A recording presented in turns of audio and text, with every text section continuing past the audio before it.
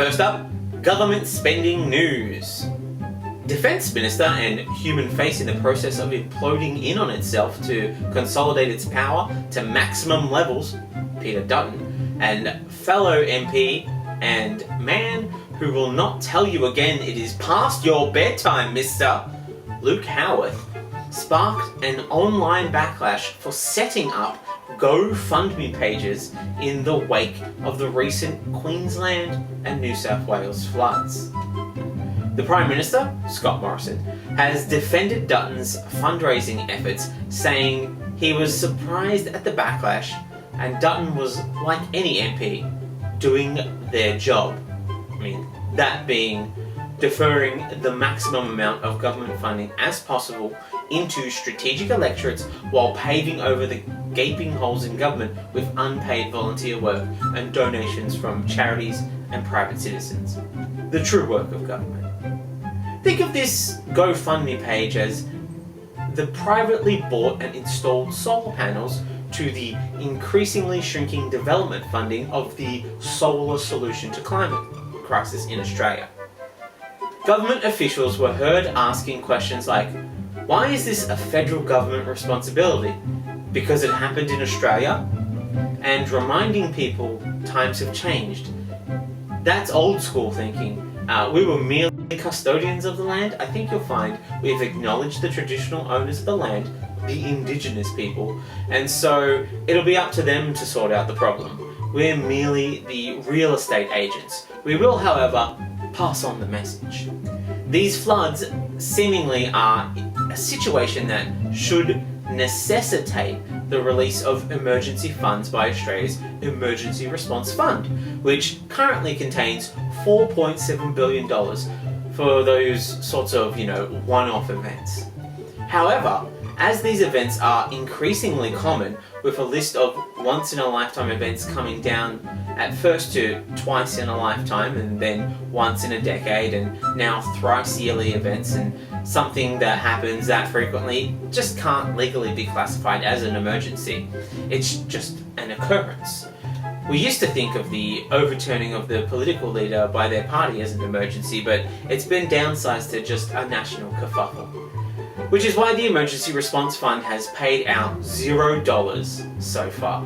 In fact, the response to such events in such a non-emergency in the eyes of Scott Morrison and friends, that they've not even rolled out the Defence Force at any kind of pace, instead chiding the idea, saying the Defence Force is not available on a moment's notice to respond to floods. Rambling on that always there will be community response in disasters such as this, because the community is already there. The resources move and they come as you see them now, but they are not available on a moment's notice. It is unrealistic to have that set as an expectation.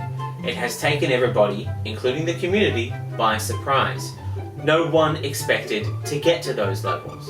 And I, for one, am inclined to believe him. Sure, we have an entire government department dedicated to national flood forecasting and warning, which lets us know that weather events are coming and who are giving warnings in the lead-ups to the very floods in question. But we've known since before he was elected that one Scott Morrison doesn't go in for warnings about the environment. He has openly mocked attempts to improve the environment, lowering our environmental impact and the idea of positive action, and we voted him in anyway. He was doing what the people voted him in to do. This is democracy in action, people. This is what you voted for. And it's hard to blame the coalition for being hesitant to use public funds to achieve anything. They've been following through on their instincts on how to spend money, and where has it led them? To public outrage and scrutiny. And nobody wants public outrage nor scrutiny. The natural inclination for eating pork in a barrel has led them to a state launching an inquiry into the politicization of research grants. And they hate being investigated. They just cannot stand it. And then the Audit Office accused federal grants programs of favouring coalition-held seats.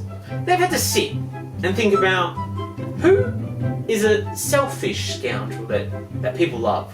One so selfish and uninclined to action that doesn't directly impact them, yet is universally praised. Who is this narcissistic messiah that they could model themselves on? George Costanza. This was supposed to be the summer of Scott. They were supposed to float out of a pandemic that they did nothing to stop and straight into a vote, not be shirt-fronted by a climate catastrophe that they failed to do anything about. All of their instincts are wrong, and they need to go full Costanza on this whole thing. They need to follow the opposite of their natural instinct. Are you inclined to spend money on helping? Don't do it. Do the opposite. Slow roll out the ADF and say that there was no way to know that this would happen. Have the inclination for a photo shoot? Nope. Go into an area and instead say you'll speak to people, and when the flood-impacted locals request to speak to you, ignore them. What are they going to say, Jerry? That's wet. Yeah, I know it's wet. We all know it's wet. Instead, just show up to your job and have a nap under your desk. The day will end eventually and you'll get to go home. Don't worry about the children in the fire. Simply push them down and get yourself to a safe place at the top of a pile of money. Can't drown if you build your own hill of money. It's simple economics, people. You want something safe to stand on when the floods come in? Get that money stacked sky high. No wonder they're keen to pork barrel their own electorates. They need that money to stand on.